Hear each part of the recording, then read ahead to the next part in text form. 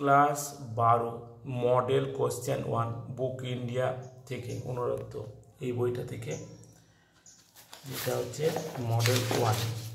এই মডেল 1-এ সামনের দিন বলেছিলাম নদীর সঞ্চয় কার্যের ফলে 4টে ভূমিরূপ চিত্রসহ ব্যাখ্যা করো। তার দুটো সম্বন্ধে বলেছি, একটা পল্লব রজনী আর নদীর বাঁধ বলেছিলাম। আজকে নদীর দ্বীপ।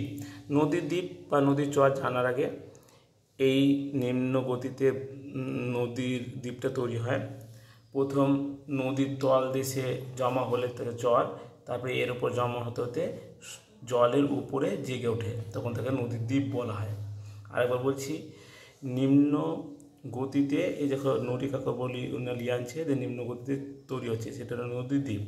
প্রথম নদীর তল দেশে জমা হয়, দিয়ে প্রথম যে জমা হয় সেটা হচ্ছে চর বলছে। এটা জমা হতে হতে জলের উপরে জেগে উঠলো, তখনই নদীর মাঝে হলো বলে এটাকে নদীর দ্বীপ বলা হয়।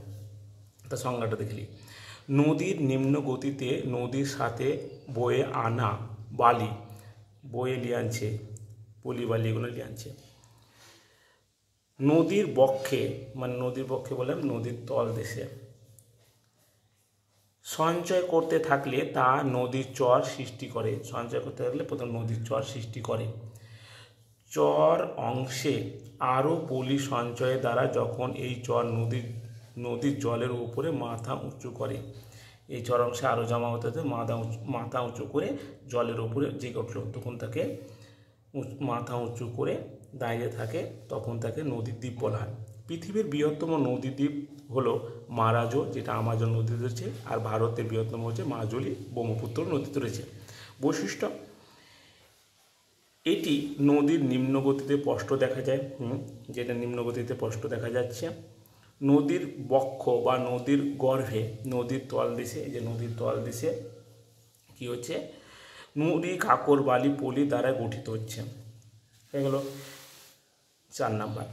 বদ্বীপ। বদ্বীপ কাকে বলে? বদ্বীপ জানার আগে দেখে নিই, এই নিম্ন গতিতে শেষের দিকে একদম মোহনার কাছে নুড়ি কাকর বালিতে যে মাত্রাহীন ব গা গিক শব্দ ডেল্টার মতন তৈরি হয়েছে, তাকে বদ্বীপ বলা হয়। নদীর মোহনায়, ঠিক এই জায়গাতে কাছাকাছি অংশে নদী বয়ে নিয়ে আসা, ওই নদী নিয়ে আনছে, বয়ে আনতে আনতে আনতে এইগুলোতে জমা হয়েছে।